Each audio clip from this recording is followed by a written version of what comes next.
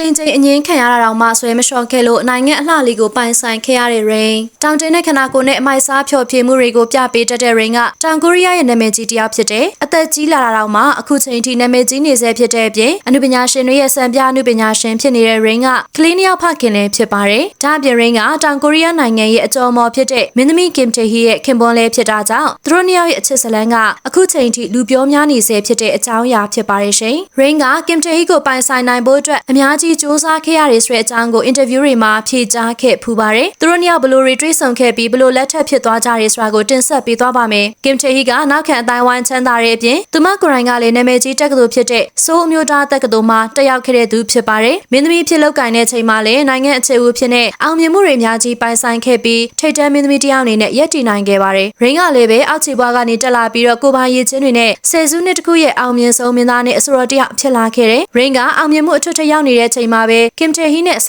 တင်တွေ့ဆုံခဲ့တာဖြစ်ပါတယ်။နှစ်ယောက်သားက2011ခုနှစ်ကကြော်ညာရိုက်ကူးရေးတစ်ခုမှာတွေ့ဆုံကြတာဖြစ်ပါတယ်။ရိန်ကတွေ့ချင်းပဲကင်တေဟီကိုသဘောကျသွားတဲ့အတွက်ကြောင့်ရင်းနှီးချင်ခဲ့ပေမဲ့ကင်တေဟီဘက်ကနေသူ့ကိုလိုလာမတွေ့ချင်ခဲ့ပါဘူး။ကြော်ညာရိုက်ကွင်းတွင်းမှာဝန်ထမ်းတွေနဲ့အတူကောင်းမွန်စားတောက်တာဝန်ထမ်းတွေကိုဂရုစိုက်တာတွေကိုတွေ့လိုက်ရတဲ့ရိန်ကကင်တေဟီကိုအများကြီးသဘောကျသွားခဲ့ပါတယ်။နောက်ပိုင်းမှာဖုန်းနံပါတ်စုံစမ်းပြီးတော့သူမကိုဖုန်းဆက်ခဲ့ပြီးရင်းနှီးဖို့စူးစမ်းခဲ့ပါတယ်။အမှန်တော့ရိန်ကအဲ့ဒီချိန်တုန်းကနာမည်ကြီးနေပြီးအတော်လေးချစ်သူရေးစားတဲ့တွေမကြာခဏထွက်တတ်တာကြောင့်ကင်တေဟီဘက်ကနေသူ့ကို Playboy လို့ထင်နေခဲ့ပုံရှာပါတယ်။ဆက်သွယ်ပြီးထမင်းစားဖို့ညှိနှိုင်းခဲ့ပေမဲ့အငင်းခံလိုက်ရပါတယ်။ရိန်ကတစ်ချိန်အငင်းခံရတာကိုမမှုပဲထပ်ဆက်သွယ်ပြီးစစ်မှုမထမ်းခင်ထမင်းတစ်ခါလောက်အတူစားကြကြောင်းထပ်ပြီးတော့တောင်းဆိုခဲ့တာပါ။ဒါပေမဲ့ကင်တေဟီဘက်ကတော့အတူစားစရာအကြောင်းမရှိဘူးဆိုပြီးစတိုက်ညင်းနေခဲ့ပါတယ်။ရိန်အနေနဲ့အခုလိုပြက်သားအငင်းခံလိုက်ရတာကိုအတော်လေးခံရခဲ့ပြီးကင်တေဟီကိုလည်းအတော်လေးသဘောကျနေတာကြောင့်ဇွဲမလျှော့ပဲဆက်ပြီးတော့ပိုးပန်းခဲ့တာဖြစ်ပါတယ်။နောက်ပိုင်းမှာသူစစ်မှုထမ်းဆောင်သွားရပြီးတော့စစ်တပ်ထဲမှာအသားကျသွားပေမဲ့ကင်တေဟီကိုမတော်တဆဖုန်းမခေါ်မိရာကနေနှစ်ယောက်သားဟာစတင်ပြီးတော့ရင်းနှီးလာခဲ့ကြပါတယ်။လာတော်ကြာမိတ်ဆွေတွေဖြစ်နေပြီးတဲ့နောက်မှာကင်တေဟီက